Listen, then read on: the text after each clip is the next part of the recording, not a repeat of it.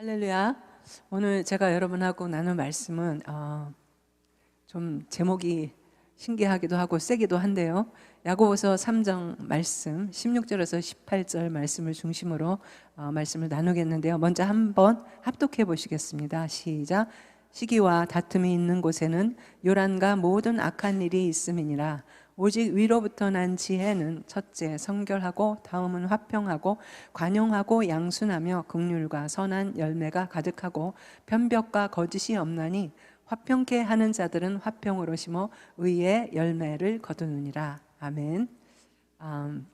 기독교 정신의 핵심 중에 하나는 인간의 존엄성이라고 할 수 있습니다. 한 개인의 능력의 유무와 관계없이 하나님의 형상으로 지음받은 그 자체로서 고귀하고 소중한 존재라는 것입니다. 이렇게 소중한 인간이 타인과의 비교를 통해서 자신을 평가할 때 불행은 시작되는 것이죠. 그래서 인생 전반적인 문제는 비교 의식에서 온다라고 봐도 과언이 아닙니다. 영적인 영역뿐만 아니고 세상에서도 서로 비교하고 비교당하고 아마도 평생 숙제가 아닐까 생각이 됩니다.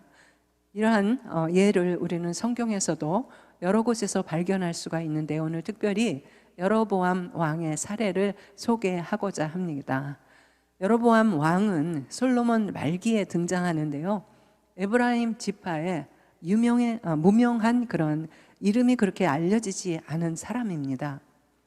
그런데 솔로몬이 말년의 정치를 거듭 잘못하게 되자 백성들은 이 솔로몬 왕국의 실망을 느끼고 새로운 지도자가 출현하기를 고대합니다.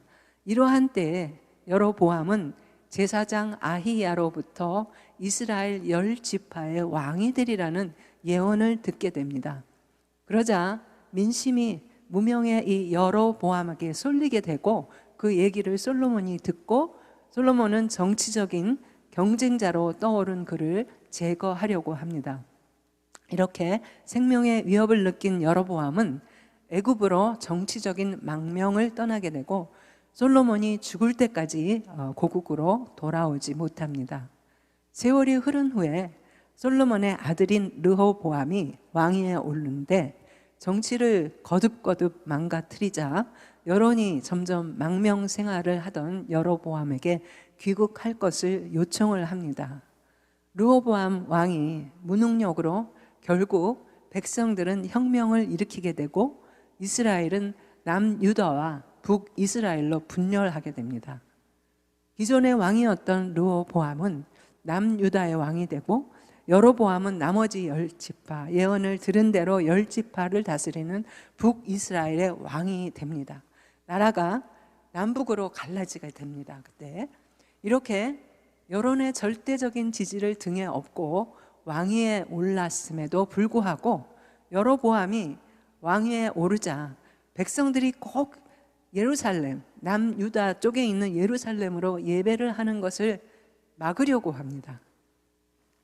북쪽에 있는 단과 베델에 그래서 산당을 짓게 되는데 백성들이 거기 와서 예배를 드리라고. 근데 산당만 세워놓은 게 아니고 거기에다가 금 송아지를 만들어서 그 안에 놓고 자기가 임의로 절기의 날짜를 정한 뒤에 백성들이 그 우상을 섬기게 했다는 것입니다. 그런 사이에 비록 그가 왕이지만 자기 자신하고 다윗, 그 화려했던 다윗 왕조하고 비교하면서 파멸의 길로 들어서는 치명적인 실수를 범하게 됩니다.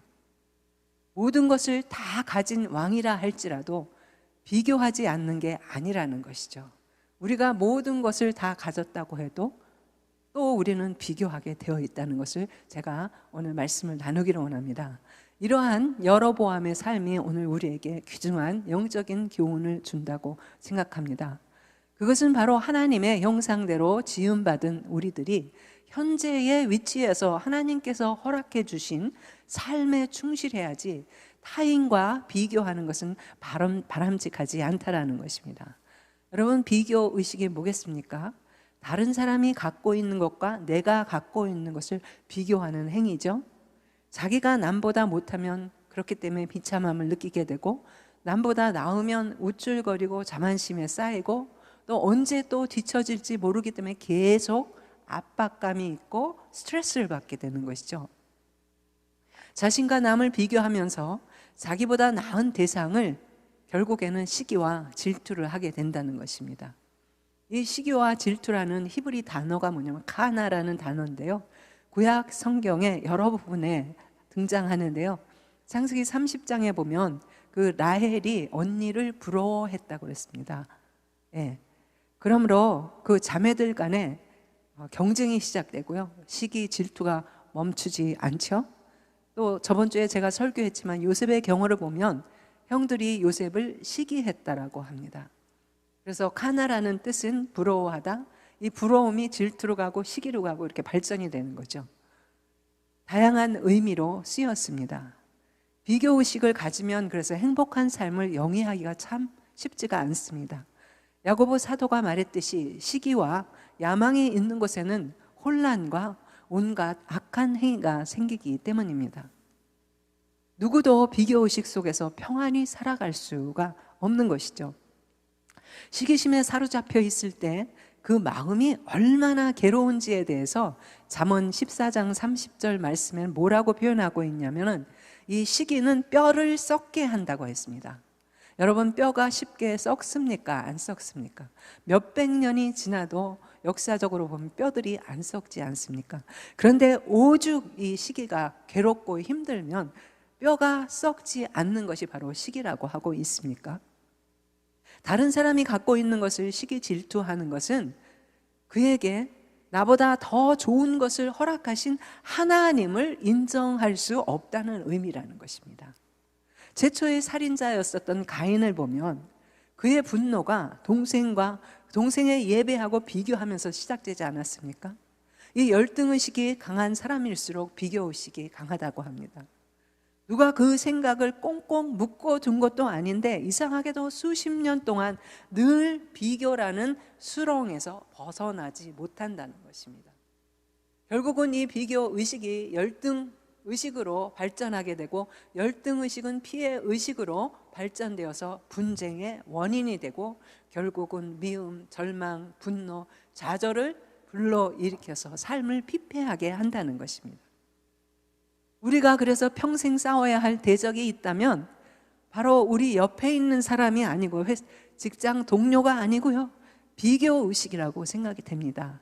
이 비교의식에서 벗어나지 못하면 내가 무엇을 소유해도 어떤 환경에 처해도 만족하지 못하고 늘 열등감에 빠져 패배주의자로 살게 된다는 것입니다. 어떤 인생을 만드느냐는 것은 어떤 생각을 하고 사느냐에 달려 있다는 것입니다. 여러분, 흔히 동창회 가지 않습니까? 여기는 동창회가 뭐 그렇게 자주 있는 것 같지는 않습니다만 저는 한 번도 가본 적이 없기 때문에 한국에서는 동창 모임을 많이 하지 않습니까? 그런데 동창회 갔다 온 후에 한 달간은 열등감과 무력감에 시달린다고 합니다.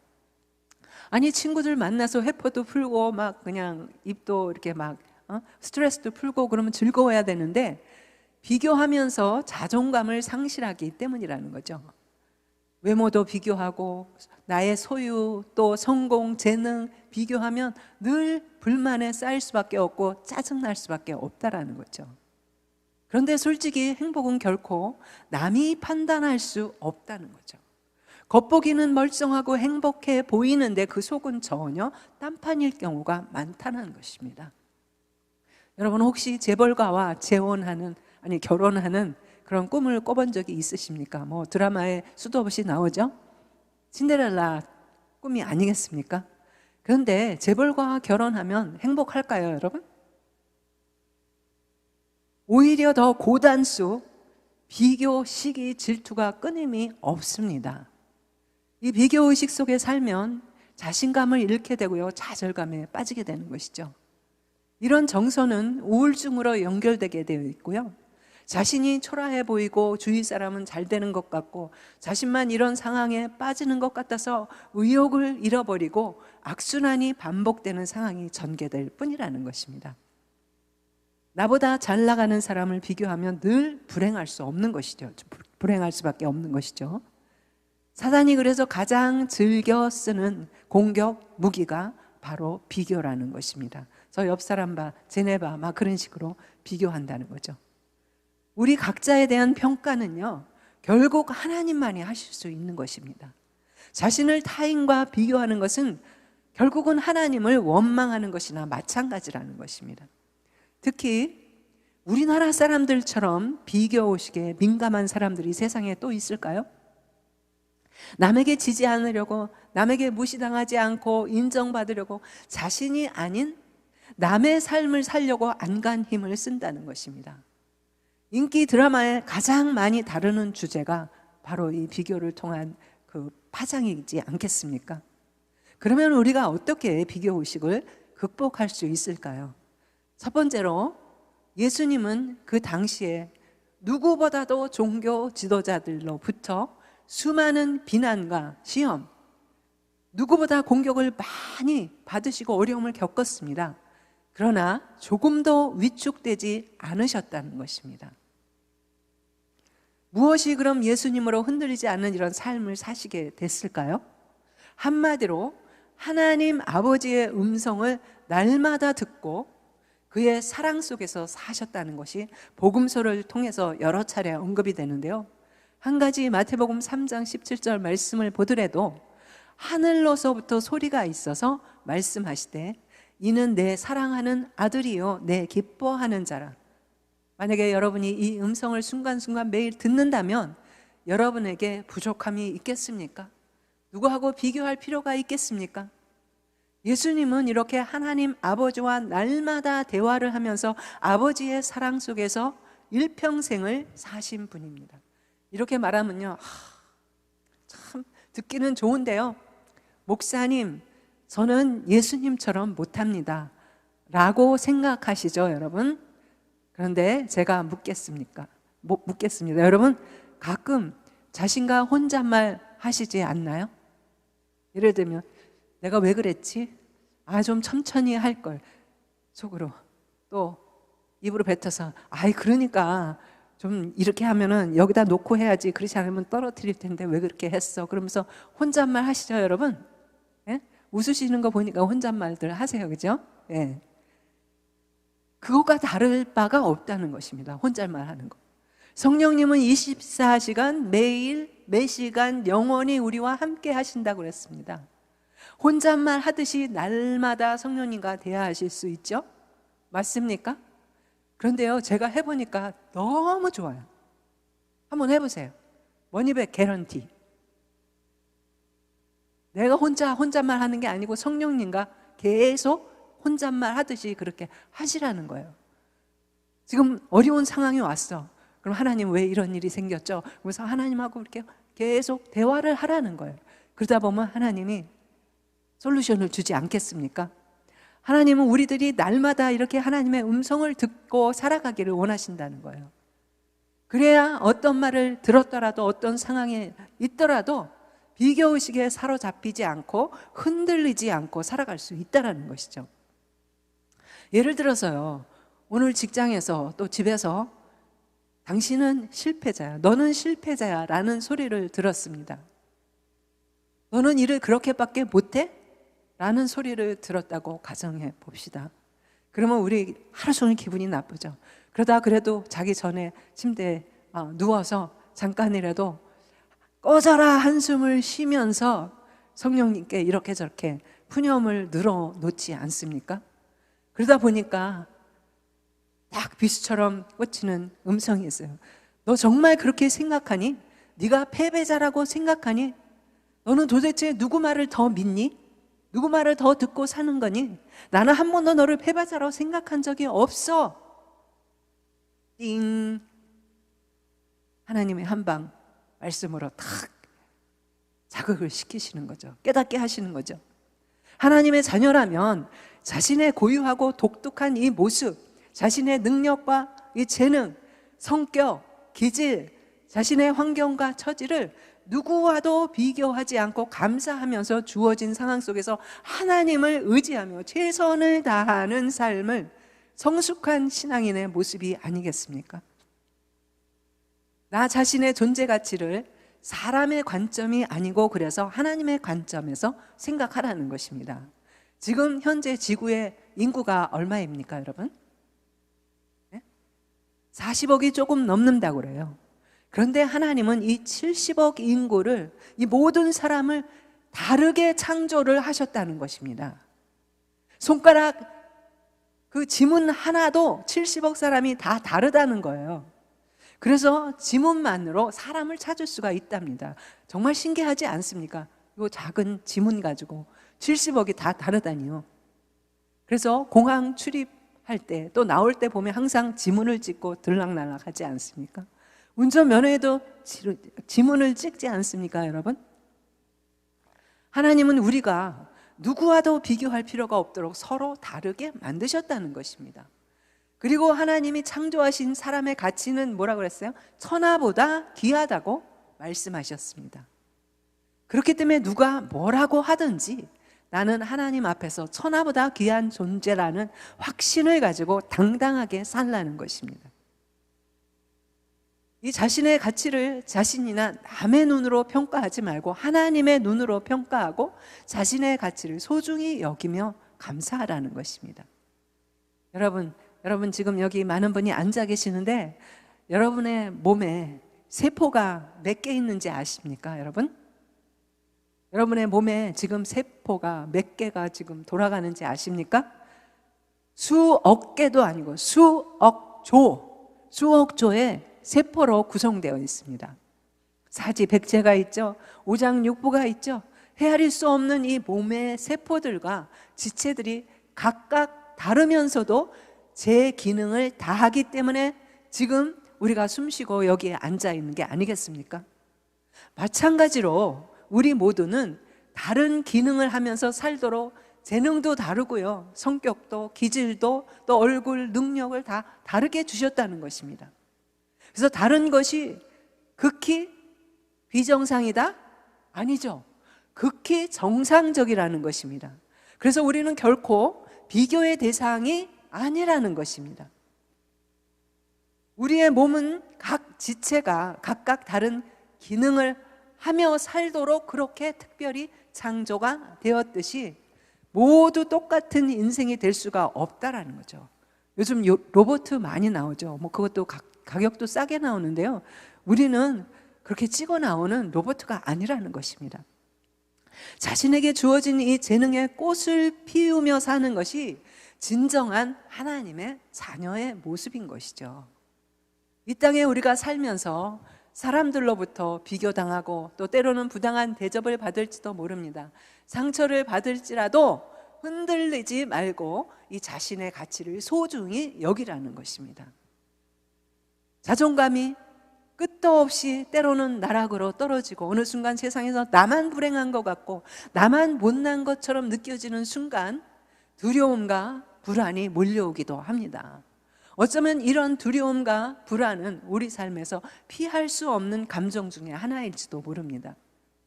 아무리 잘나 보이는 사람도 더 잘난 사람을 보면 그렇게 느낄 수밖에 없죠. 대부분의 사람들은 이 어쩔 수 없이 주변의 사람들 혹은 미디어를 통해서 보게 될 사람들과 자신을 비교하지 않습니까? 특별히 요즘 연예인들하고 또 젊은 사람들은 많이 비교를 하고 성형수술이 그렇게 대유행을 하고 옛날에는 일본이 성형수술을 잘했는데 이제는 세계 각국 사람들이 한국으로 몰리고 있다고 하는데 맞습니까? 네. 그렇게 비교하기 때문에 하나님이 오밀조밀 잘 만들어 주셨는데 자꾸 그거 똑같이 뜯어 고치고 연예인들 얼굴 보면 다 이제 보면은 그 얼굴이 다 똑같아요. 코도 높아야 되고 이마는 부채 이마가 돼야 되고 이런 것 저런 것들이 여기 턱은 또 깎아야 되고 끔찍해요. 하여튼 그렇게 비교해가지고 그렇게들 하더라고요. 예.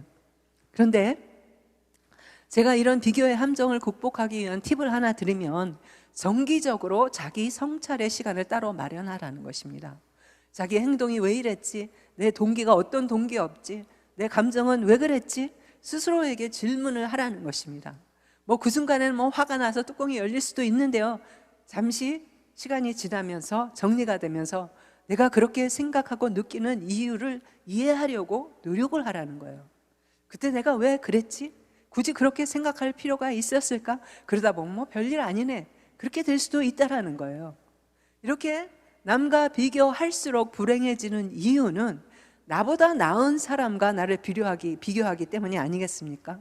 초라한 나보다 화려하게 보이는 남이 더 잘 보이고, 못 가진 나보다 더 가진 그 남이 더 좋아 보이고, 불행해 보이는 나보다 정말로 행복한 남을 더 비교하지 않습니까? 그렇기 때문에 상대적으로 초라하고 불행한 내가 더 보일 수밖에 없는 것이죠. 여러분, 여기까지 비교에 대한 일반적인 견해를 제가 나누었습니다. 그러나 이 비교에는 두 가지 방향이 있습니다. 이 비교의 방향에 따라서 결과가 다르게 되는데요. 올림픽 그 중계 자료를 바탕으로 해서 1992년에 매드백과 그 동료 연구가들이 조사를 했습니다. 뭘 조사했느냐? 메달이 확정되는 게임 종료 순간의 표정을 분석을 했는데요. 메달 받으면 금메달, 동메달, 은메달 이렇게 순서대로 딱 이렇게 서지 않습니까? 그 순간의 표정을 연구를 했어요. 결과로 동메달을 딴 선수들이 은메달 받은 선수보다 훨씬 더 행복한 표정이었다는 것입니다. 이유를 보니까 이 비교의 방향 때문이었습니다. 은메달을 딴 선수들은 목표했던 금메달을 따지 못했기 때문에 결국은 방향이 상향으로 위로 비교를 했기 때문에 아쉬움과 실망감을 경험했고, 동메달을 받은 선수는 내가 자칫했으면 메달조차 따지 못할 수도 있었다라는 비교를 하며 하향 비교를 한 거예요, 밑으로. 그랬더니 오히려 만족감을 느낄 수 있었던 것입니다. 그렇다면 남과 비교하는 것이 불행하다는 말은 사실이 모두 아닐 수도 있다는 거죠. 사람들은 분명히 하향 비교를 통해서 긍정적인 감정을 느낀다는 거죠. 예를 들면 지나가다가 대형 교통사고 났는데 나는 옆에서 구경하면서 가면서 감사한다, 나는 오늘 하나님이 지켜주셔서 교통사고 안 났다, 그러면 분명히 이거는 하향 비교잖아요. 그래서 내가 위로를 받잖아요. 이걸 얘기하는 거죠. 그렇다면 나보다 나은 사람과의 비교해서 나오는 이 부정적인 감정은, 그렇다면 꼭 불행한가에 대해서 상향 비교를 성장의 밑거름으로 삼으라는 것입니다. 은메달을 딴 선수들이 부정적인 감정을 느끼는 이유가 금메달과 비교하기 때문이 아니겠습니까? 그러나 여러분, 스포츠 선수가 다른 선수들과 비교하지 않고 자신의 능력을 발전시킬 수 없다라는 것입니다. 다른 선수와의 비교는 훗날에 더 큰 발전의 밑거름이 될 수 있다는 것이죠. 건강한 비교 대상, 라이벌이 있는 선수들이 나중에 보니까 기록이 점점 좋아진다는 것입니다. 더 잘하고 싶고 그러한 동기가 자극되기 때문입니다. 그래서 비교가 반드시 부정적이라고 결론 내리는 것은 무리라는 거죠. 스포츠만 그렇겠습니까? 모든 영역에서 똑같죠. 자신을 발전시키는 목적으로 비교해서 우리가 유익한 정보를 얻는다면 불행이 결코 아니고 생산적인 비교인 것이죠. 근데 반대로 이 비교가 현재의 나를 더 나은 모습으로 만들어주지 못하는 경우가 뭐냐면, 도저히 도달할 수 없는 목표와 대상을 바라보면서 좋지 않은 영향을 받는 것이죠. 그리고 목표는 이렇게 정해놓고 생각만 이렇게 되고 싶은 거지 아무런 행동도 안 해, 노력도 하지 않습니다. 그렇게 되고 싶은 마음만 있으면 소용이 없다라는 거죠. 그래서 진정한 행복은 남과 비교하지 않는 것이 아니라 비교를 하더라도 그 결과에 나쁜 영향을 받지 않으면 된다라는 것이요. 그렇게 하기 위해서 우리에게는 신앙이 필요한 거고 믿음이 필요한 거고 생산적으로 비교하면서 극복하라는 것입니다. 시편 139편에 보면 다윗의 고백이 나오는데요. 흔히 미국에는 이런 속담이 있습니다. 이웃의 잔디가 더 푸르게 보인다라는 속담인데, 이 속담 들어보셨습니까, 여러분? 예. 남의 잔디가 더 파르라 보인다는 것입니다. 결국 이 말씀은 하나님은 실수하지 않으신다는 거예요.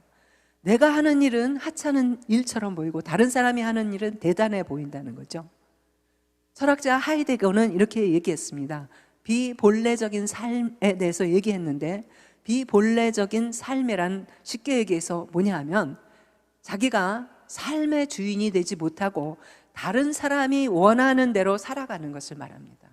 우리가 비교한다라는 것은 내 삶을 사는 것이 아니고 다른 사람에 의해서 내 삶이 결정되고 그 삶을 따라가는 것이라는 거죠. 남들이 좋아하는 것을 똑같이 좋아하고 싫어하는 것을 똑같이 싫어하고, 유행을 따라 남들이 입으니까 나도 사 입고, 맛있다고 하니까 그냥 따라 먹고, 가장 멋있는 삶은 뭐냐 하면 남을 흉내내는 삶이 아니라요, 가장 나답게 사는 것이 가장 멋있는 삶이라는 것입니다. 그래서 남의 흉내내지 말라는 거예요. 나다운 삶을 살으라는 것입니다. 오늘 시편 139편의 말씀 보니까 다윗이 주께서 내 내장을 지으시고 나의 모태에서 나를 만드셨나이다. 내가 주께 감사한 것은 나를 지으심이 심히 기묘하심이 주께서 하시는 일이 기이함은 내 영혼이 잘 아나이다. 이것이 다윗의 고백인데요, 다윗은 하나님께서 이 자신의 내장, 오장 육부를 만드셨고 어머니의 모태에서부터 자신을 심히, 그것도 심히 기묘하게 지으셨음에 대해 감사한다는 고백을 하고 있는 것입니다. 여러분, 인간의 내부 구조와 그 절묘함을 생각할 때 하나님의 이 오묘하신 섭리를, 신비함을 도저히 헤아릴 수 없을 만큼 놀랍다라는 의미입니다. 여러분, 한 분 한 분 여기에 앉아 계시지만요, 가만히 보면 하나님이 너무 신기하고 기가 막히게 묘하게 만드신 존재라는 것이 바로 여러분입니다. 다윗의 고백을 이해하기 쉽게 우리가 설명을 해보겠는데요, 여러분의 인체는 도대체 어떻게 구조되어 있는지 아십니까? 인체의 시스템이 10개의 다른 기관으로 구성이 되어 있습니다. 골격이 있죠, 근육이 있죠, 순환 세계가 있죠, 호흡기가 있죠, 소화기, 신경계, 내분비, 비뇨, 생식, 림프, 이렇게 해서 10개의 다른 기관이 있는데요, 그 기관들이 서로 부딪히지 않고 비교하지 않고 자기가 할 일을 지금 막 돌아다니고, 피는 피대로 돌아다니고, 아침에 먹었으니까 막 아까 떡볶이 먹고 김밥 먹었으니까 지금 소화기에서는 막 소화시키고 있고요, 호흡기에서는 심장에서 막 펌펌펌 하면서 피를 돌리고 있고요. 그렇게 너무나 절묘하게 지었다라는 것입니다. 근데 그게 한순간도 쉬지도 않아요. 한순간도 쉬지도 않아요. 그런데요, 하나님이 보실 때 하나님께서 만드셨는데요, 너무 잘 만드신 거예요. 너무 잘 만드셨다고 생각하고 아주 감동을 받으셔서 아우, fantastic, amazing, awesome, beautiful, wonderful 막 다 나오는 거야, 감탄사가. 여러분, wonderful이 뭡니까? 원더에다가 full, 원더로 가득 찬다는 거예요. 신기한 일로, 신비스러운 일로 가득 찬 게 바로 여러분이라는 것입니다. 아멘입니까? 여러분, 세계적으로 기네스북이 유명하죠. 근데 현재 기네스북에 올라있는 세계 최고가 그림이 뭔지 아십니까, 여러분? 레오나르도 다빈치의 모나리자. 우리도 여기 모나리자가 많습니다, 제가 여기서 보니까. 그런데 그 그림값이 얼마인지 여러분 아십니까? 현재 추정가로 40조 원, 영어로 40 트릴리언이라는 그 값, 여러분 상상이나 해보셨습니까? 40 트릴리언 달러입니다. 예. 사람이 만든 최고의 미술 작품도 이 정도의 가치가 있는데, 사람은 하나님이 만드신 최고의 걸작품이다라고 했습니다. 다윗은 그것을 깨달아 알았기 때문에 이렇게 고백했던 것입니다. 하나님께서 그러면 다윗만 꼭 이렇게 오묘하게 만드셨을까요? 네? 여러분, 자녀가 있으시잖아요. 보면 우리 뱃속에서 나온 자녀들, 형제들도요, 어쩌면 그렇게 다 다릅니까? 성격도 다르고 생긴 것도 다르고 좋아하는 것도 다르고, 한 놈은 짜장면 먹다 그러고 한 명은 햄버거 먹자 그러고, 너무나 다 다르지 않습니까? 이렇게 보면 와, 어떻게 코가 그렇게 생겼냐, 발가락은 어떻게 이렇게 만드셨지? 저렇게도 만들어보고 요렇게도 만들어보고, 저와 여러분도 하나님이 그렇게 최고의 걸작품으로 만들어주셨다는 것을 믿으시기 바랍니다. 아멘. 하나님은요, 여러분을 상품으로 만들지 않으셨어요. 한 사람 한 사람을 작품으로 만드셨다는 것입니다. 작품은요, 비교의 대상이 아닙니다. 루브르 프랑스 박물관에 가서 고흐의 작품과 피카소의 작품을 비교하는 사람은 주위에서 사람들이 미친지 알아요. 작품은 비교할 수가 없는 것이죠. 우리가 마켓에 가면요, 상품이 많지 않습니까? 같은 가격이면 더 질 좋은 상품을 우리는 고르고 선택을 합니다. 왜냐하면 상품은 비교의 대상이기 때문에 얼마든지 그렇게 할 수 있습니다. 근데 미술관에 가면 작품은 비교의 대상이 아닙니다. 왜냐하면 이 세상에서 유일한 딱 하나밖에 없는 것이기 때문입니다. 이 모나리자 작품이 40조 원을 받을 수 있는 것은 바로 레오나르도 다빈치가 남긴 최고의 작품이기 때문입니다. 하나님이 만드신 여러분은 상품입니까? 아니면 작품입니까? 아직도 눈만 말똥말똥 뜨고 계시면 제가 연락에 설교하는데, 여러분은 상품입니까? 작품입니까? 작품이죠. 이제 그렇게 여러분이 마음속으로 오늘부터 나는 작품이다, 나는 작품이다, 그렇게 생각하시면서 이제 비교는 끝, 그렇게 살아가시면 좋겠습니다. 아멘. 이 세상에 수많은 사람들이 태어나고 죽고요, 지금도 살고 있고 또 앞으로도 태어날 사람들이 있습니다. 그 수많은 사람들 가운데 똑같은 사람은 한 사람도 없다라는 것입니다. 왜 우리는 똑같아지려고 합니까? 왜 똑같은 거 사 입으려고 합니까? 똑같은 거 하나도 없다는 거예요. 네. 하나님이 작품으로 만들어 주셨다면 우리가 작품답게 살라는 것입니다. 다른 사람과 똑같아지는 것은 상품으로 살려는 것과 마찬가지인 것이죠. 하나님께서 창조하신 나답게 사는 것이 작품으로 사는 것입니다. 키도 좀 작아도 괜찮아요. 얼굴도 길어도 괜찮고요, 다리 짧아도 괜찮고, 손재주 없어도 괜찮아요. 돈 좀 덜 벌어도 괜찮아요. 목소리가 아름답지 않아도 괜찮아요. 왜? 여러분은 작품이기 때문입니다. 아멘. 하나님의 자녀들은요, 다른 사람과 비교하는 상품이 아니라 나답게 걸작품으로 그래서 살라는 것입니다. 하나님이 만드신 작품은 그렇기 때문에 비교급이 아니고요, 최상급입니다. 여러분, 비교급 인생으로 사실 겁니까, 여러분? 아니면 최상급 인생으로 사시기를 원하십니까? 네? 이래도 비교급으로 사시겠어요? 아니죠? 최상급으로 사실 줄 믿습니다. 아멘. 여러분, 우리 아이들이 가장 싫어하는 것 중에 하나가 뭐겠습니까? 부모님의 잔소리가 아니겠습니까? 부모님의 잔소리 중에서도 제일 싫어하는 잔소리가 뭐겠습니까? 누구랑 비교해서 하는 잔소리, 가장 듣기 싫은 잔소리입니다. 너네 반 친구 A는 이번 주 등수가 몇 등이나 올랐다고 하던데 걔는 그렇게 하는데 너는 도대체 뭐 했니? 그러면서 AP 클래스 막 들먹이면서 그렇게 잔소리를 한다는 거죠. 여러분, 아이들 나름대로 하나님이 다르게 창조하셨기 때문에 나름대로 삶이 다르고요, 속도가 다릅니다. 부모들은 그것을 용납하지 못해요. 다 똑같아야 돼요. AP 클래스에 들어가면 죽어라고 거기를 들어가야 됩니다. 그래서 애들이 우울증 걸리잖아요. 공부 머리가 없는 애들은 다른 머리가 있는 거예요. 그것을 인정하지 못한다는 겁니다. 여러분, 상상해 보십시오. 만약에 AP 클래스 다 들어간다면 우리 사회 구조가 어떻게 되겠습니까? 다 CEO가 된다면 누가 직원이고 누가 상품을 만드냐는 거예요. 솔직히 우리도 다른 사람에게 비교당하는 거 싫어하지 않습니까? 여러분, 남편들이 제일 싫어하는 남자가 누군지 아십니까?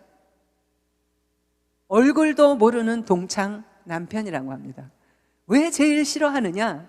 아내가 늘 동창회 갔다 오면 그 남편과 비교하기 때문입니다. 또 나왔다. 동창 남편은 돈도 잘 벌어 가정적이기까지 하다는데 당신은 도대체 뭐 하는 거야? 제대로 하는 게 뭐가 있냐? 그럴 때 완전히 그냥 기가 막 죽게 되는 거죠. 예.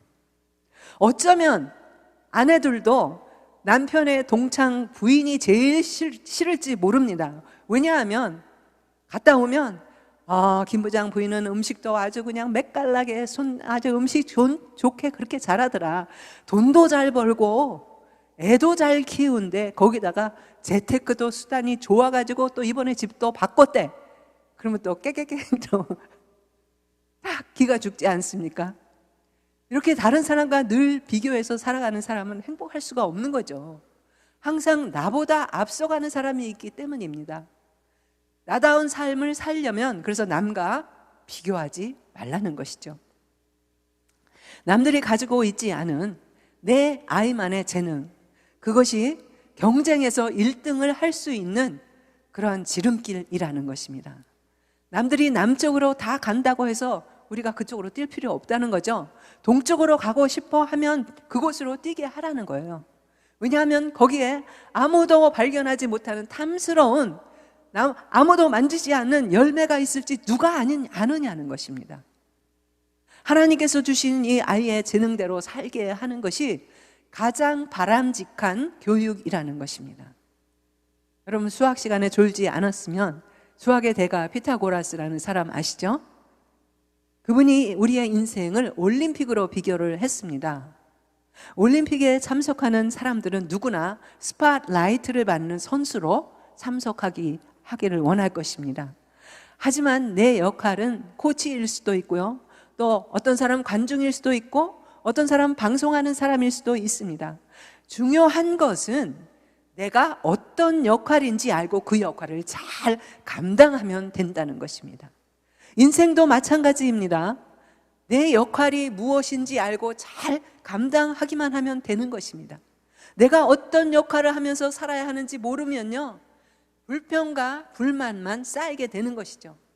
내가 누군지도 모른 채 열심히 하면 할수록 우리의 삶의 방향은 완전히 엉뚱하게 갈 수밖에 없다는 것입니다. 남들처럼 그래서 살지 말고 나답게 살아가기 위해서는 나를 찾으라는 것이죠. 어디서 찾아야 돼요? 옆에 사람이 아니고 직장 동료가 아니고 말씀 안에서 답을 찾으라는 것입니다. 우리는요, 베스트 원이 아니에요. only one입니다. 베스트 원은 내가 남하고 비교했을 때 베스트가 되는 거지 않습니까? 예. 그러나 only one은 오로지 자신의 재능을 찾아 최선을 다하면 그게 최고라는 것입니다. 하나님께서 우리가 남다르기보다는 각 사람에게 주어진 개성대로 살기를 원하신다는 것입니다. 그런데 부모님들이 개성을 다 이렇게 깎아먹어, 두루뭉실하게. 제가 그러니까 너도 비슷하게 가야 되고, 제가 이 길을 가니까 너도 비슷한 길을 가야 되고, 다 두루뭉실하게 만들어버려요. 개성이 없어요. 예. 근데 개성이 있는 아이들이 뭔가 처음에는 군뱅이처럼 거북이처럼 더딘 것 같지만 언제 시간이 딱 되면 뭔가 기가 막힌 거를 만들어낸다는 거예요. 그때까지 기다려 주라는 거죠. 지금 보면 장난꾸러기 같고 개구쟁이 같고 말썽꾸러기 같아요. 근데 하나님은 반드시 걔만을 유일하게 따로 다르게 만드셨다는 것을 인정하라는 거죠. 예. 지금까지 우리가 어떻게 살아왔던지, 앞으로 어떻게 우리가 살아가야 갈 것인지 누구 흉내만 내고 비교하면서 살지 말라는 것이고요, 다른 사람 부러워하면서 열등감을 가지고 살 필요가 없다는 것입니다. 하나님 결코 실수하지 않으시는 분이라는 것입니다.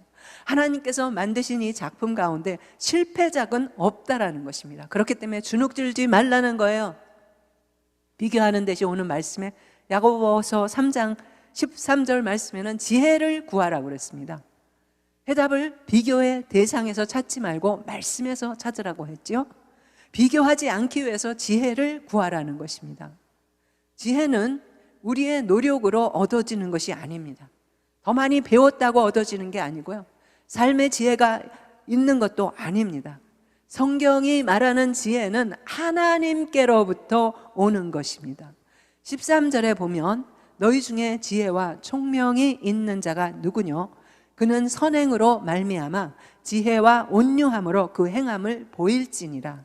이 말씀은 아무리 지혜가 많아도 그것이 삶에서 나타나지 않는다면 그 지혜는 무의미하다는 거예요. 지혜는 지식에 따라 측정되는 게 아니고 우리의 행위에 따라 측정이 되는 것입니다. 지혜로운 행동을 할 때 옆 사람이 알아보자. 아, 저 사람 참 지혜가 있다. 나도 닮고 싶다. 그렇게 되는 게 아니겠습니까? 지혜가 많은 사람은 자신의 부족함을 늘 깨닫고 겸손하고 온유가 흘러나온다는 것입니다. 그런데 16절 말씀해 보니까 시기와 다툼이 있는 곳에 요란함과 온갖 악한 일들이 있을 뿐이라고 했습니다. 그래서요, 진정으로 지혜 있는 사람은 시기나 다툼을 만들지 않습니다. 지혜가 있으면 있을수록, 배우면 배울수록, 경험이 있으면 있을수록 겸손하게 되고요, 온유가 흐르고요, 부드럽습니다. 지혜로운 사람은 그래서 말로만 하지 않고요, 말없이 행동함으로 지혜를 드러낸다는 거죠. 그러니까 결국 불화나 다툼이나 시기 등이 있을 수가 없다는 것이죠. 그렇다면 위로부터 난 지혜, 하나님께로부터 온 지혜는 무엇이겠습니까? 야고보서의 3장 17절 말씀에 쭉 나열되어 있는데요, 오직 위로부터 난 지혜는 첫째 성결이라고 그랬고, 화평, 관용, 양순, 긍휼, 또 선한 열매, 편벽과 거짓이 없다고 했습니다. 이걸 일일이 하나하나 다 설교를 하자면 정말 장문의 설교가 되는데요, 제가 요약을 해서 간단하게 성결이 뭐고 화평이 뭔지 쭉 여러분에게 말씀을 드리겠습니다. 성결이 뭐냐 하면 거룩하다는 거예요. 거룩한, 그럼 나랑 거리가 멀어. 그게 아니고요, 세상과 구별됐다는 거죠. 삶이, 생각이 세상과 구별됐다는 거죠. 그러니까 세상의 잣대로 비교하지 않는 거죠. 두 번째, 화평하고는 뭐냐? 거짓 지혜는 평안을 깨지만 화평은 올바른 관계와 질서를 유지한다라고 합니다. 세 번째, 관용하고, 이 자신의 생각만 맹렬히 주장하지 않고요, 다른 사람을 이해하고 배려해 주는 것이 바로 관용입니다. 양순하며, 뭐냐? 불이나 나쁜 것에 대해서 강하게 대적하지만 선한 일에 대해서는 언제나 겸손하게 따르는 것이 바로 양순입니다. 다섯 번째, 긍휼과 선한 열매가 가득하다 그랬는데, 긍휼이 뭐냐 하면 사별하지 않는 게 긍휼이에요. 그래서 긍휼이 있는 사람은 비교하지 않습니다. 가난한 사람이나 부자나 비교하지 않습니다. 여섯 번째, 편벽과 거짓이 없나니. 이 편벽이라는 어려운 단어가 무슨 뜻이냐? 공정하지 못하고 한쪽으로 치우치는 것이 편벽입니다. 근데 편벽하지 않다 그랬어요. 그러니까 비교하지 않는다는 거죠. 그래서 참 지혜는 결코 편파적이지 않다라는 것입니다. 마지막으로 일곱 번째, 속이거나 감추려고 거짓말하지 않는다고 했습니다. 이 거짓이란 뭐냐면 겉과 속이 다른 게 거짓이 아니겠습니까? 그렇기 때문에 거짓이 없다라는 건 누구도 차별하지 않는다라는 거예요. 마지막으로 하나님이 주신 이 지혜로 화평케 하는 자들은 화평으로 심어 의의 열매를 거둔다고 했습니다. 이 말씀대로 여러분의 심령에, 또 가정에, 교회의 일터에 평안과 화목과 하나님이 주시는 많은 의로운 열매가 맺어지게 될 줄 믿습니다. 아멘. 이렇게 7가지 특징으로 그려준 아름다운 지혜의 모습이 누구겠습니까? 바로 예수 그리스도의 모습이 아니겠습니까? 지금 이 자리에 계신 여러분 한번 생각해 보십시오. 혹시 여러분은 다른 사람들의 성공을 보며 비교하고 정말 괴로워하십니까? 심리학자 융이라는 분은 비교 의식만 버릴 수 있다면 현대의 질병, 고질병, 우울증 같은 고질병을 쉽게 이길 수 있다라고 했습니다. 왜냐하면 비교하는 그 순간에 우리의 기쁨이 완전히 바닷속에 침몰되기 때문입니다. 비교하는 순간에 여러분의 기쁨은 사라지게 되어 있다는 거예요. 그냥 사라지는 게 아니고 완전히 침몰시킨다는 것입니다. 제가 그래서 강조하는 의미에서 오늘 설교의 제목을 비교는 기쁨을 침몰시킨다 그렇게 잡지 않았습니까? 이 땅에서 비교당하고 거절당해도 여러분 천국에서 선택받는 삶이 더 최상의 삶이 아니겠습니까? 답은 그래서 우리가 말씀을 통해서 이 자신감을 키우는 것인데, 오늘 다윗의 말씀을 통해서 그 자신감 뭡니까? 우리가 상품이 아니고 하나님의 작품이다. 이 작품은 비교의 대상이 아니다라는 거죠. 화평케 하는 자들은 화평으로 심어 의의 열매를 거둔다 그랬는데 그 의의 열매가 뭐냐?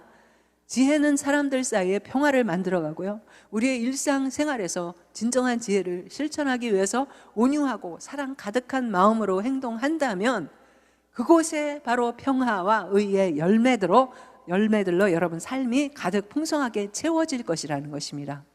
이 의의 열매는 결국은 하나님과의 관계에서 흘러나오는 결과입니다.